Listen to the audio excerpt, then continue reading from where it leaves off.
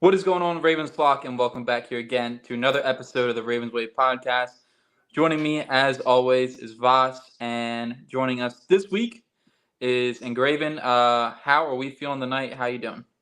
I'm good. First of all, go ahead. Really good. Appreciate y'all having me on. Appreciate y'all doing this. Appreciate it what y'all do, man. So y'all keep doing y'all thing. I hope the channel keeps on continuing to grow. And y'all just keep pushing, man. So I thank you for having me as a guest on here. Looking forward to it. It's great to have you. It's been a long time since we talked. But first, I want to wish Yuri a very happy birthday. The big 2-1. You know, he's making big moves. So, anyway, Engraven, it's been a long time since we talked. I think I'm feeling very good about this Ravens team. You know, first in the conference. They finally put a complete team together. That's something we talked about a couple years back when you had me on your show. Man. And just general thoughts before we dig into this, Week 14 look back. Because I think there might be a special season. No, yeah, for sure. I agree 1,000% because the way, like you just talked about, the way that they put this team together, what's crazy is that while it does feel like a special season, from the way that they constructed this roster, it does not feel like it's a coincidence that all of this is happening now. We wish, obviously, that they would have done stuff like this before, especially when Lamar was on his rookie deal, making way less money. I wish they would have really taken full advantage, especially after that 2019 season. But it's better late than never. But it should have been done a while back, but it is what it is now. And just when you look at the offense, I think one of my favorite parts about the offense is that it doesn't have to be all on Lamar. Lamar is obviously the focal point. He's the quarterback, so everything runs through him, but it doesn't have to be him being Superman all the time. And even with Mark Andrews, when Mark Andrews was still healthy, one of the things that we noticed is that it wasn't in a passing game. It wasn't Mark Andrews or bust. And that's something that was very, very big because years prior to this, that's what it was. A lot of the times it was Mark Andrews or bust. When Hollywood was here, it was Mark Andrews or Hollywood or bust. But now it's not like that anymore. And you have different guys that can contribute. And before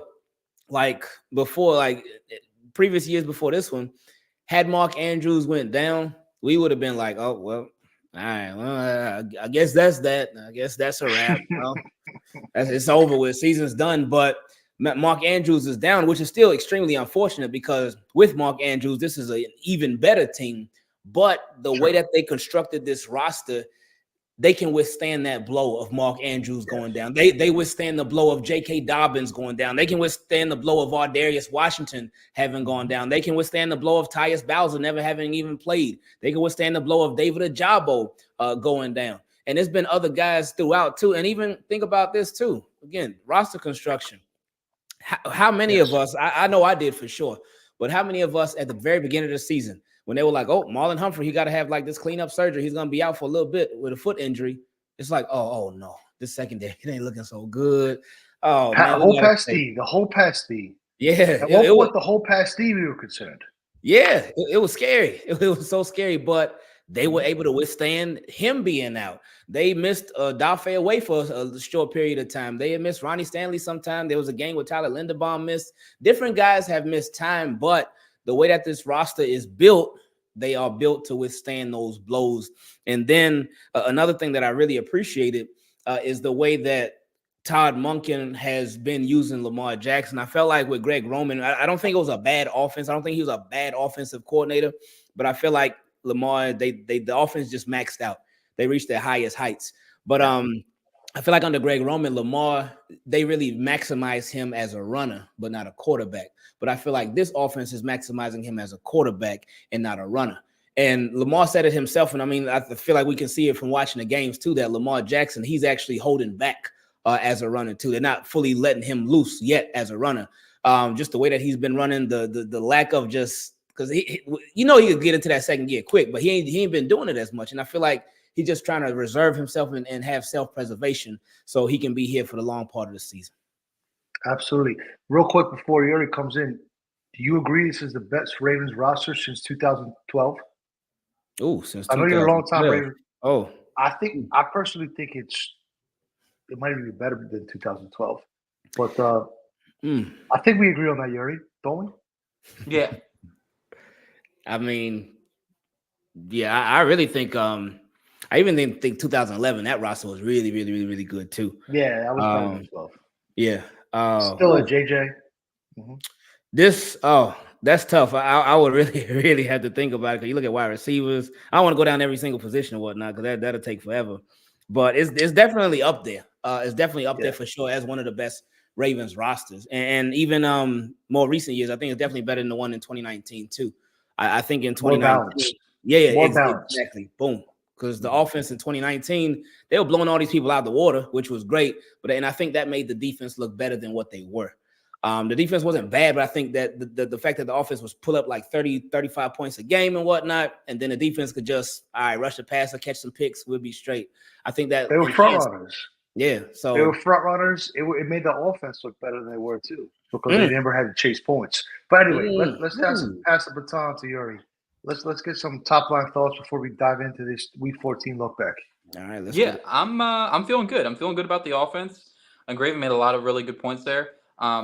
The biggest thing to me is that Lamar Jackson is allowed to make those adjustments. He's Mm, allowed to be a quote unquote professional quarterback at the line of scrimmage and make those quick reads. And it seems like they're kind of forcing growth in the offense with constantly kind of targeting the outside of the field, outside the hashes, instead of always being in between. I feel like Greg Roman's offense, while it was still very good, was a lot of intermediate in between the hashes, over the middle of the field stuff. And now it seems like they really are trying to work the outside. You see the double move just this past week with Odell Beckham. You see all the screen work that they've done on the outside. You've seen some of the out routes, the comebacks.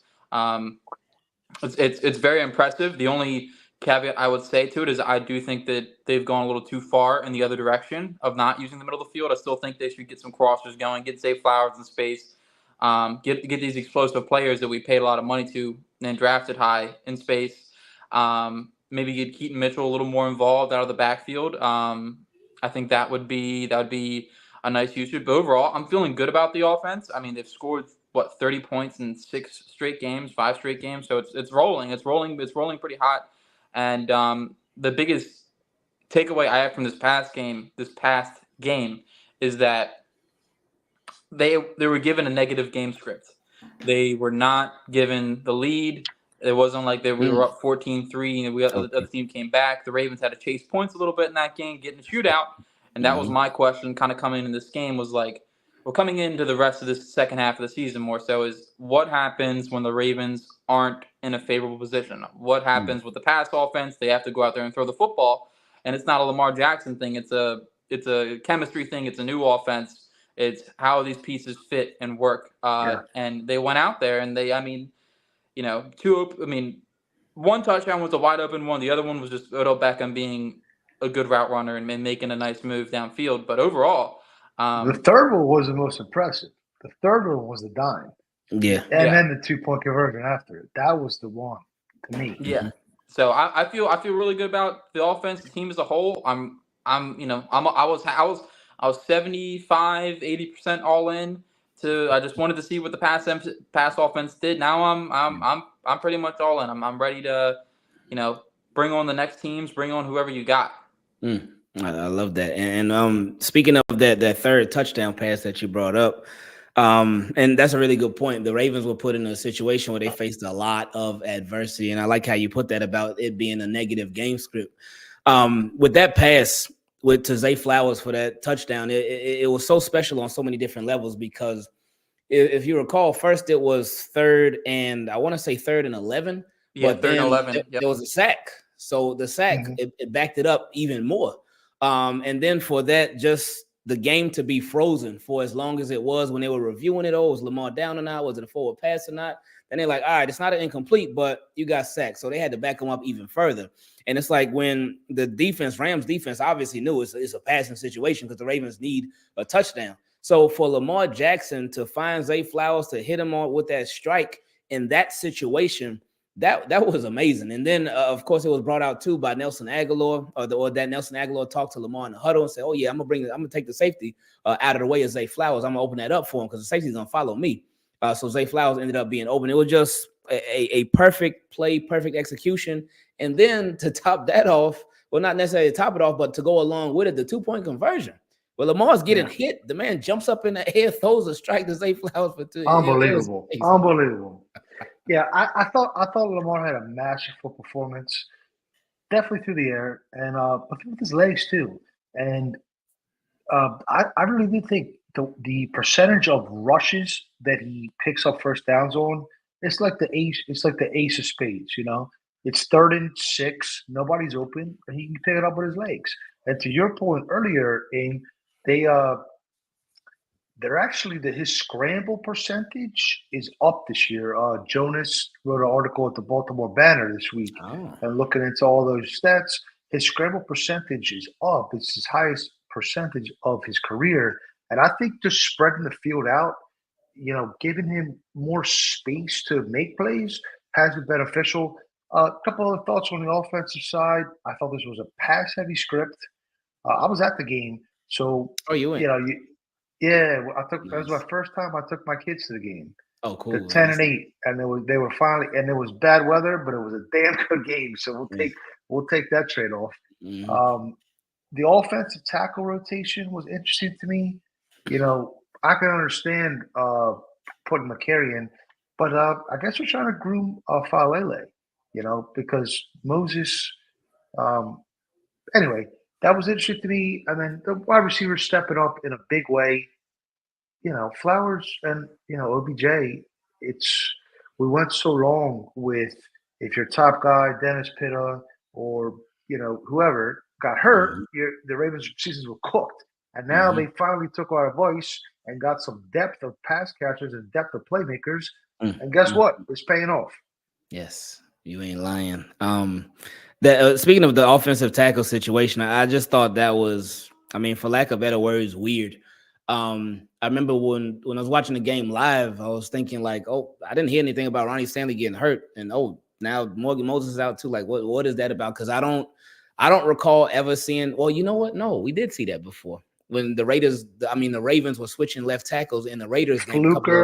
Fluker and Villanueva. They had Fluker and Tyree Phillips were rotating for a while. They're a little bit weird like that, but I've never seen both sides in the same game. This is the first time I saw both sides. I will say. So that was like you said, interesting that the Ravens did that. Yeah. Flipping over here to the defense. 31 points is tough. But I got to see what I wanted to see which was the Ravens offense having to chase points. So like, not the like, oh, it's like an inside job, but like I kind of like, okay, whatever. But I do think 31 points and them letting up that field goal in the 2-minute situation again, which is something that's kind of been harped on this year, is the Ravens kind of crunching a little bit in the 2-minute spot. I think that was tough. Clearly, Nakua and Kupp were working the middle of the field. They were very, very successful. Matt Stafford had, I think, 4 passing touchdowns, if I'm not mistaken, or 3. One of the 2. But he had very, very nice numbers. And it just, to me, going down the stretch here, Kyle Hamilton health is a very important thing to me. You see him go down. You see the pass defense kind of trying to slip a little bit. But overall, I think the defense is fine. I don't think there's any big takeaway I have for them outside of just Kyle Hamilton remaining to be healthy for the rest of the season. I think that's really going to be important. And finishing plays. Go ahead, and then I'll give my thoughts on the defense for this game. Yeah, I agree, 1,000%. My wife, she was even watching the game, and she was like, "Man, the defense, they started playing so bad when Kyle Hamilton went out." And I was like, "Yeah, that is true." And I know Ken McCusick, he put up some numbers the other day that said when Kyle Hamilton was on the field, the Ravens defense allowed 4.1 yards per play. But then when he was off, they allowed 7.7 yards per play. Let me interrupt you 1 second. Go ahead. I do a podcast with Ken every Thursday called Friday Morning GM. It's got a little bit of like a roster slant to it, but that was a good stat. And I also write for Baltimore Beatdown, this Ravens news article. PFF put out the top 10 safeties and top 10 linebackers so far this season. And for what it's worth, Kyle Hamilton is half a win above replacement level at safety, and Roquan is only a quarter of a win better than replacement linebacker according to PFF. So I just want to interject that point because it did raise my eyebrow. I kind of lean that way anyway, but if I see something that supports my opinion, it's worth breaking. Now, when you say better than a quarter level above replacement, what do you mean by that? I'm not sure of the mythology or methodology. Probably we gotta get Dan on here to explain it to us, Yuri. But I guess they have some kind of algorithm that says, he made this many tackles, this many yards behind the line of scrimmage. And what is a replacement level linebacker? Point I'm trying to make is Kyle Hamilton is arguably more valuable to the Ravens than Roquan. Okay. I respect it. Now with Kyle Hamilton, I saw something today. I think it was from PFF too. It said he was the most valuable safety in the league, and then I've been seeing stuff over the season, saying that he was one of the top rated safeties. Now I feel like with Kyle Hamilton as a safety, I feel like he's a safety because he's around the line of scrimmage so much. He's playing slot corner. He's rushing the passer. I don't feel like he's just a traditional safety. So when I see the ratings for him as a safety, I feel like it's a bit skewed, but not in necessarily a bad way. But I just feel like his value is more than just a safety to the Baltimore Ravens. I feel like he's just a straight up baller because he does so much. Now about his value, that's something to think about right there. He's a queen. I like to call Hamilton the queen on the chessboard because he can go in any direction. I mean that like two. I love that. The queen on a chessboard, man, because he can go any direction. That's perfect, man. Perfect description for him. All right, so I'll give a couple of defensive thoughts before we circle back to Yuri here. I thought the linebackers kind of struggled. I was watching that from the lower bowl, and Roquan was having a hard time getting off blocks.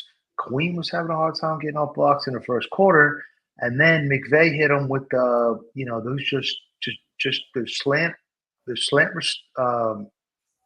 slot receivers finding space between the second and the third level because the linebackers either weren't getting deep enough drops or they were just frazzled because of the conflict that scheme puts them in.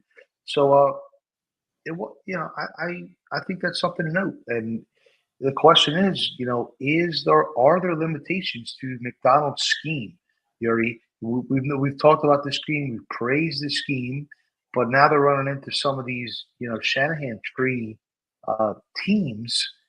You didn't get a lot out of your outside linebackers in this game necessarily either. Did this game kind of show you something or any? Because to me, I think there are some concerns. I'm not ready to say that there are limitations yet. I think I'd like to see another game, probably the San Francisco game. I can give you a more definitive answer. But as of now, all the players are still in the right spots to make plays. And I thought Marlon Humphrey letting up, I think 82 yards was tough, and he kind of was, much respect to him for grueling through the injury and coming out and playing, but he was a little bit of a liability out there in coverage. So you just hope that they can make the necessary adjustments and just get better. Just get better as time goes on. But I'm still good on the defense. I'm still good on Mike Macdonald. I don't have any issues currently, and like I said when I first made the point, 31 points is a lot, and prefer that not to happen again. But more than likely it will. It's just nature of football. Offense is favored. All those things. So I just hope that as the stretch goes on, you take those licks and you kind of put it on your shoulder and you go out there and improve and be a better team and a better defense. So yeah, absolutely.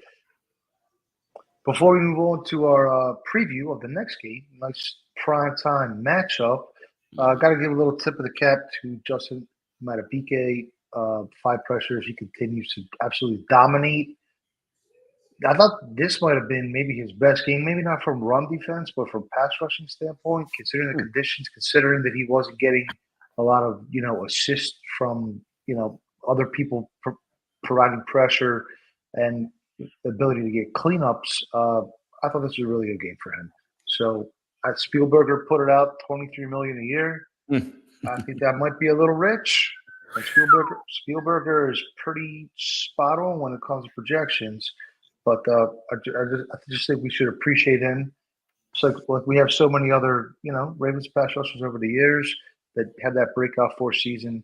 Might not be with the team long term, but appreciate them while we have them. Agreed. And yeah, this is another reason why I feel like the season is already special. And it does feel really different the way that the Ravens have been attacking stuff. Somebody brought out earlier that a game like the Rams game, the way that game was going, a lot of times, especially in recent years, Ravens would have lost that game. That would have been a game that they ended up losing. But they got over it and they got through it. But with this year, you mentioned Justin Madubuike, you talk about Patrick Queen, Odell Beckham Jr., Aguilar. There's a long list of people, Jadeveon Clowney, Calvin. There's so many people that won't be here next year. They will not be Baltimore Ravens next year. Offense, defense, special team, all of it. Devin Duvernay is another one too. It's a lot of people who's right at the end of their contracts. So Ravens, like this will be great for them to cash in this year on a Super Bowl, and then next year just deal with whatever. But they got to capitalize on this roster for sure. No doubt. 42% of the players' snaps so far this season are impending free agents. So that's second highest total in the league. Anyway, Yuri, let's turn it over to preview. If you're ready, you got any more thoughts from that? At this point, they're just stack of wins, and we're just moving on. We don't need to go too deep into the past. We're just looking forward. Week 15, Sunday Night Football in Jacksonville. Don't have much of a home field advantage. Actually, have a losing record at home this year. Trevor Lawrence, high ankle sprain, played through it. Mm-hmm. Banged up offensive line, gave up 4 sacks last week against Cleveland. I'm not super scared of this offense, but he is a very talented quarterback. Mm-hmm. How are you attacking this offense, this O-line? How are you containing Etienne? How are you containing Ridley? What's the game plan? Yeah, I think, without the ankle sprain, it would be a definitely different game, but he isn't as mobile as a quarterback with the ankle sprain, and that something that's really underrated from him. He is without injury, he is a pretty fast quarterback. He still is a pretty mobile quarterback. He does make scrambles. He does get outside of the pocket sometimes, but now he's a little bit of a statue. And he threw 3 interceptions last week, if I'm not mistaken. Three or 2 interceptions against the Browns defense. So, it's just I don't like when you think about it. The Ravens have a better roster, and when it comes to the Jaguars' offense, without Christian Kirk, Calvin Ridley just hasn't looked as great as I thought he would. Evan Ingram had his best game last week, and that was probably as a result of Kirk going down and those targets kind of opening up in the slot for him. So Etienne's a really nice running back. I have the utmost respect for him as he has carried my fantasy football team. But I just think that when it comes down to it, the Ravens have a lot of really, really, really good matchup advantages in this game. They have a better. I'll take our defensive line over the Jaguars front.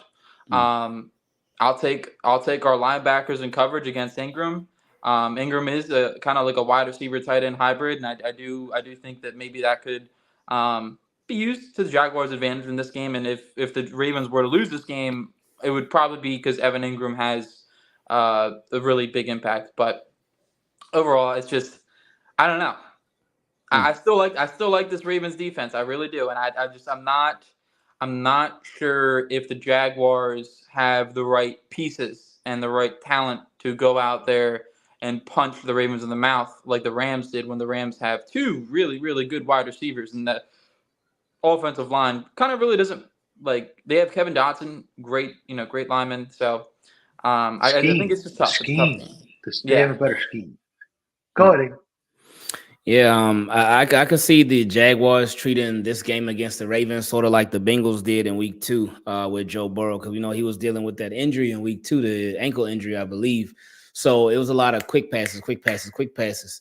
They did not want the ball to be in his hands for too long. Now with Trevor Lawrence, especially with him playing last week, I would assume that he's only healthier, especially now it's going to be 2 or 3 weeks removed from that ankle sprain that he suffered in the game. I forgot what team he was going against, but Bengals. Oh, it was Bengals. Okay. Oh yeah, it was Bengals because it was that crazy game that came down to the very end. Yeah. Yeah. Okay, appreciate that. But yeah, I can see that. I feel like Ravens, yeah, the defensive line, the pass rush is going to be super, super important.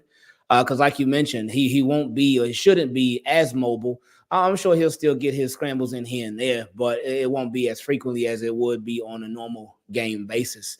So this will be a big game for Clowney, for Matabike, for Vanoy, Travis Jones too, who recently, hey, he been stepping up quite a Yeah, bit.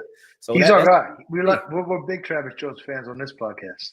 Okay, I like it. So yeah, I think the defensive line, they got to really show out this game. Now, you did mention Travis Etienne, that game last week.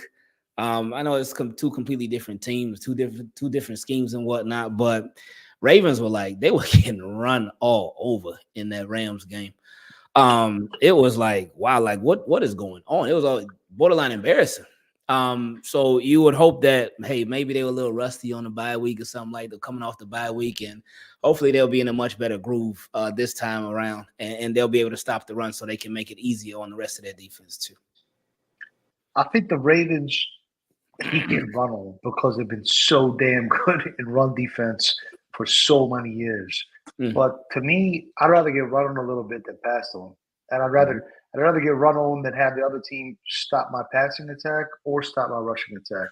So you got to it's a trade off. But just to me, as you say, Yuri, the matchup to watch is Ingram, Evan Ingram. He's coming off 95 yards and 2 touchdowns against Cleveland. Cleveland's a good defense. We know they're Ravens and them are neck and neck for who's the best defense this year. And the Ravens are only 12th in DVOA against tight ends this year, which isn't bad. But when they're top 2, top 3, and pretty much everything else, that might be a matchup. If you could take away, I'm not too scared of Ridley. Um, yeah, he plays mostly on the right side. They've been rotating there. I think Marlowe's going to the slot this game.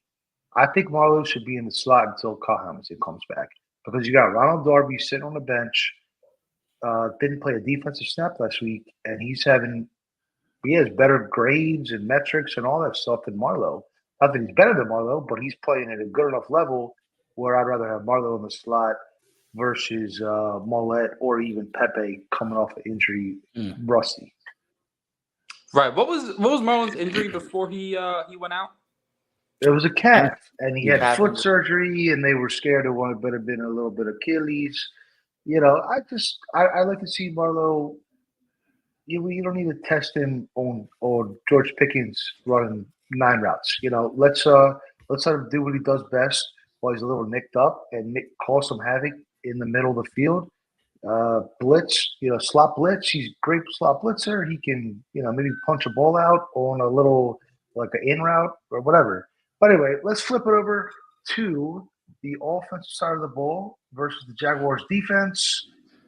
To me, priority number one is blocking Josh Allen, 14 sacks from the year. Gentlemen. Oh, goodness gracious, that is insane. Yeah, that definitely would be priority number one for sure. I think in this game, in my opinion, I think it's important, especially as we get closer to the playoffs.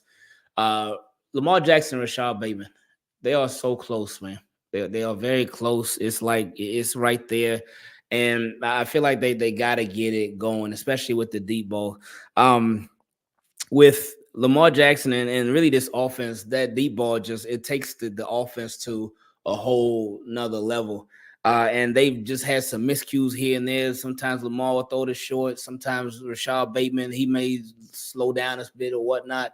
It's just been little things here and there. But if they can get that going, I feel like that would just do wonders. And just build consistency. One thing that I really loved about the game last week about the Rams against the Rams, and I hope that the Ravens continue this, was the way that they attacked the deep ball, because early on, Lamar had missed two of them. He missed two deep throws. And one thing that I've noticed over the years with Lamar Jackson and the Ravens offense, if he misses a deep throw early, a lot of times the Ravens just stop going to him. They stop calling him. And I would hate that. I feel I would get so frustrated because it's like, man, why are we stopping?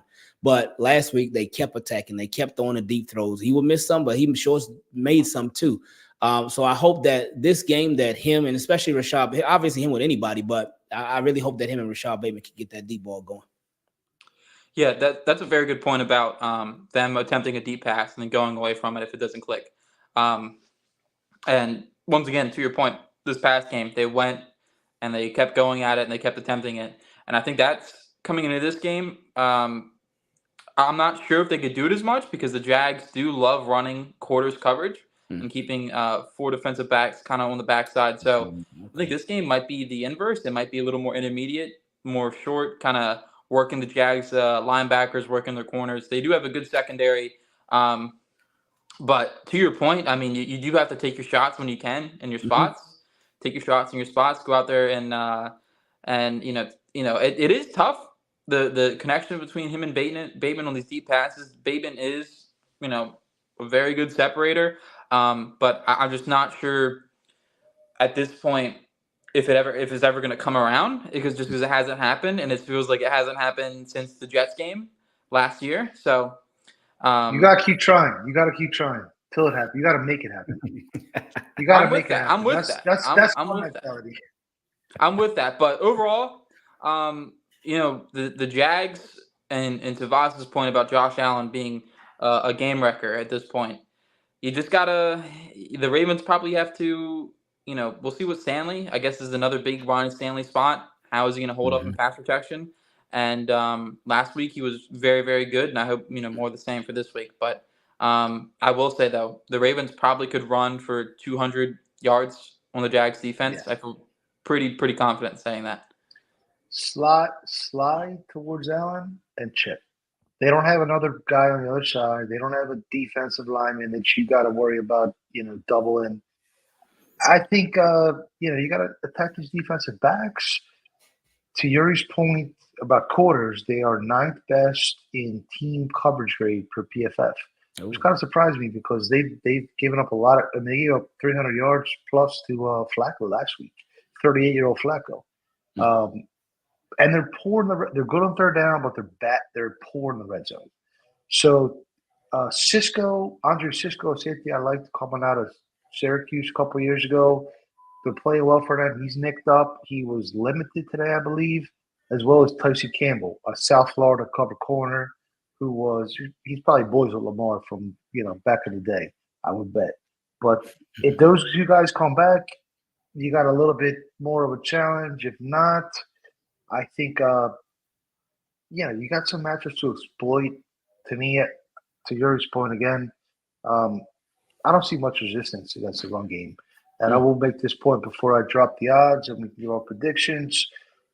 Baltimore was 16th in special teams DVOA before last game. Who wants to guess what their grade is now? We're talking about there are 13 games into the season. How much does one Tyler Wallace punt return move your DVOA I'll say 11. 16th. What do you say, Eric? 9th. 5th. It was 9th? 5th. They're 5th. They went all the way up to 5th. They jumped 11 spots. They jumped 11 spots. So Jerry Rossberg came in and just worked his magic, and they jumped 11 spots. Nah, man, he was on the sideline. Honestly, special teams DVOA is like small sample size, I guess. What they could jump it. All right, so let's get to it now. Ravens favored by 3.5. The total is 42.5. Predictions, game scores, props, whatever you want to throw into the ether here, because I got a pretty good feeling, but you guys circle back to me. I'm gonna go Ravens 31, Jaguars 23.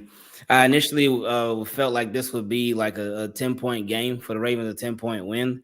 But I'm just thinking about everything that last game could have possibly taken out of them, because it took literally everything for them to win that game. Plays on offense, plays on defense, and then, of course, the big special teams play. So I'm going to go, Ravens 31, Jaguars 23 in a close one.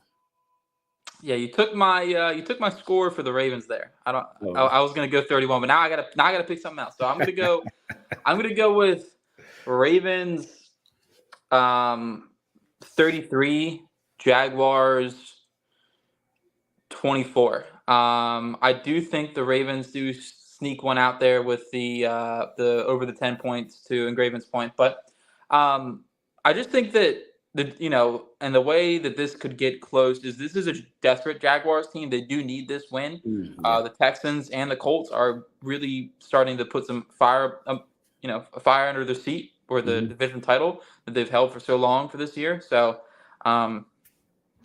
hey, I like how you said seat for teams keep it clean. I appreciate that, Yuri. Oh no! I was gonna say seat anyway. You know, you say hot seat. They're on the hot seat. They're on the hot seat. So. I was thinking the same thing too, Voss, especially when somebody says a fire under there, and you know what follows after that. But I was thinking the same thing you would. But go ahead.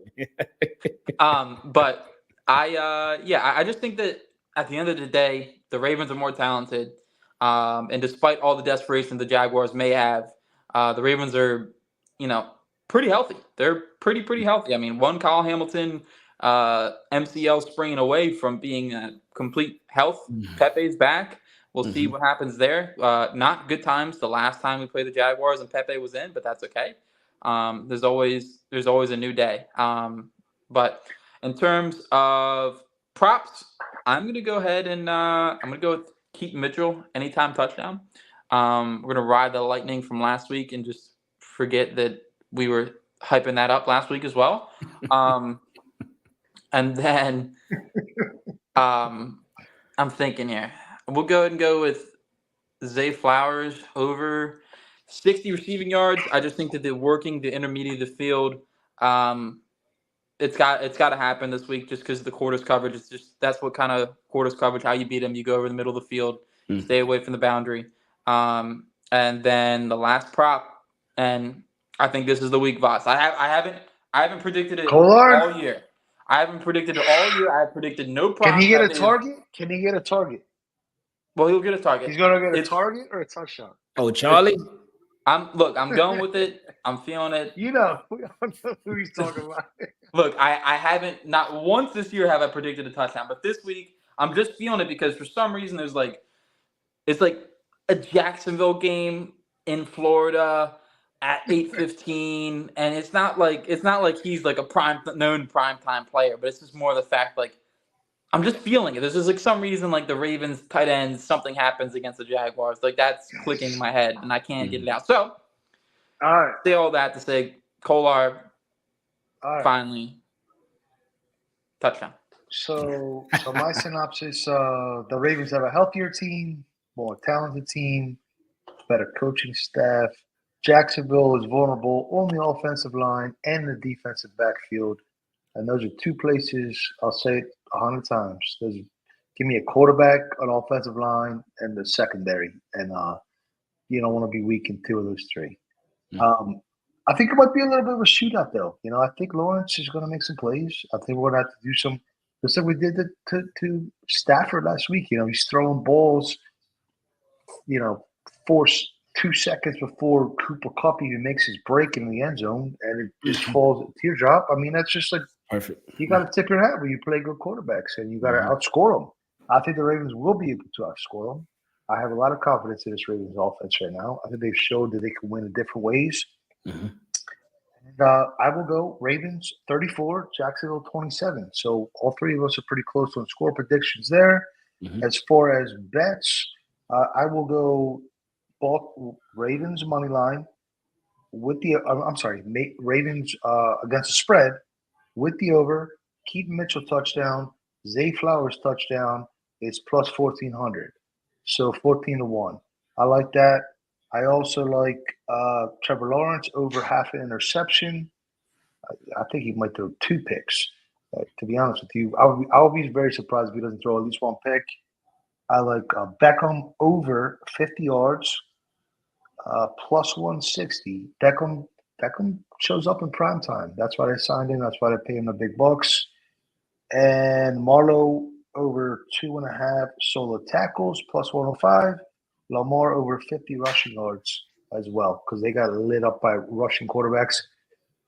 And Gray, we appreciate your time very much. No, for sure. You know, you got other commitments. Really, this was a lot of fun. We'll look to do it again sometime. Here, let's get out of here, and then we can do the final segment. Appreciate y'all, man. All right. Thank you for joining, Definitely. Greg. Oh, of course, man. Thank you. Thank you. And now we'll go to our Around the League segment. And Thursday night, Gary, honestly, I was going to probably just abstain from this game, but I know you really like Thursday night, so I had to find one good play. But let's hear your 17 plays you like. Hey, real quick, before everybody, before we get out of here and wrap this up, anybody's watching, go ahead and give this the stream a like. We are trying to grow the channel. Go ahead and follow Engraven. Appreciate him very, very much for joining. If you already don't follow him, and then follow me and Voss on Twitter. But plays for tonight, I am going to go with Quentin Johnson. As always, as one does, over Keenan Allen's out. I'm going to go with him over 30 receiving yards.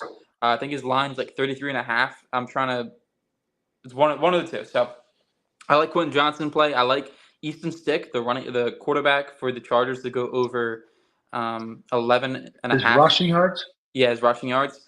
I don't know you're going to say that. Well, I was looking at it, and you know, he's ran a lot at college. So, and then the final play is Jacoby Myers. I like him to go over his longest reception, 17.5 yards. I thought that was a really good play from Spencer, and I'm going to take it. And then the last one, and you know, do have to put another one out there. Only 7. Only yeah, 7 is Michael Mayer, the tight end for the Raiders, over 2.5 receptions. So I like it. Shout out to our boy T'Challa. How do you know how you pronounce? Do you know how to pronounce that, bro? T'Challa. T'Challa. So my only play is Jacoby Myers' first touchdown, 11-1. I actually did bet that one too. So right. I got that in We're before riding the on show. him. He doesn't show up. He's a Jag forever. He only get he's second receiver on the home team. First touchdown is like one of my favorite bets because it cashes at a anyway more than it should. Upsets of the week. I have 2. Do you need me to preamble, or do you have anything in mind? I have it in mind. I have so last week I had to give myself another pat on the back. I didn't say them as in that was my lock, but I did say these are the picks that I like. So I'm on a heater here, and there's a couple this week. Yeah. There is the Cowboys are plus money on the road against the Bills. You know, the Bills are storming back a little bit, but I don't think they have the horses to run the race with the Cowboys. The Cowboys are a very talented roster, and the Bills secondary is just decimated with injuries. And CeeDee Lamb's going to have himself a nice game, I think. But that is going to be my my upset, even though it's not really an upset. My upset in the eyes of Vegas for the week. No, that's a good play. That was one of my 2, so I'll take the other one. But just to circle back to that, hot team in Dallas, they just have a better roster, you know. And Buffalo's like a 2-man band. They got a quarterback and a receiver, and not a great offensive line, and a banged up defense. And yeah, they're at home, but I do like that one. I will play that one as well. I think you should probably just cash out your children's 529 plan and play this 2-team parlay. And the other one is going to be Denver plus 4.5 at Detroit. I picked Denver in, I believe, at least 2, if not 3 of our last 4 upsets of the week, and they've cashed every time for me. They are playing good ball. Sean Payton, Russell Wilson, Patrick Surtain. It's a nice little triumvirate there. They are 4-1 in the last 5. Detroit lost to Chicago last week. Their divisional rival that is trying to accumulate as many top 5 picks as possible. Guess who picked that? I think yes, indeed, he did pick that. That was a glorious pick right there. Now, hold on. I will honorable mention for this week. All right, honorable mention. The Cardinals upsetting the 49ers. That is my honorable mention for this week. Kyler Murray always has a good game versus them. Always. It always happens. I don't know why. Yeah. That's my honorable mention. Yeah, we do. I took them against the spread. I'll take the Cardinals against the spread, but not money line. In tally site. Anyway, Denver plus 4.5 at Detroit. I actually put that in on Monday because I liked where the money line was to win, and it is moving in my favor since. So I feel like that's a good play. Should be a good week, man. We're really getting down to the nitty gritty now. Last 4 games. Any fantasy playoffs are going on, and Ravens are just kind of on cruise control, and it's a good place to be. I like being here. Definitely. I'm in playoffs in all my leagues, so. There you go. What else? You got any off the wall kill? What is it? MFK? MFK? No, Mary. Mary? What is it? No. Murder? Kill? Mary or murder? What is it? Nah, I'm good. I think we can go ahead and wrap us out of here. No crazy thoughts at the end of this one. That was so. Appreciate everybody for joining. Like I said before, go ahead and like the stream, share, follow, retweet, repost too. We are trying to grow. We are here every Thursday at around 7:00 Eastern time. Appreciate Engraven for joining. Everybody in the comment section, we see you. We have very, very much appreciate everybody participating tonight. And Voss, any final thoughts before we go watch this game of backup quarterbacks? Let's stack up another W and get that number 1 seed because I want as much rest as possible. I am not scared of the 1 seed. What is wrong with people that are scared with the 1 seed? That's my final thought. Yeah, well, apparently 2019 was a great year and a scarring year for some because I think that's the sentiment for the 1 seed is that since we had it in 2019 and we let Derrick Henry run on us, even though don't tell anybody, Yuri. Don't tell anybody. But the reason why they lost in 2019 was because of their passing offense. But don't tell anybody that. Yeah, if the Ravens could catch the football that day, they probably would have blown out the Titans. But anyways, appreciate everybody for joining. We will see you guys next Thursday. And hopefully the Ravens are still the 1 seed. Hopefully they are. So, adios.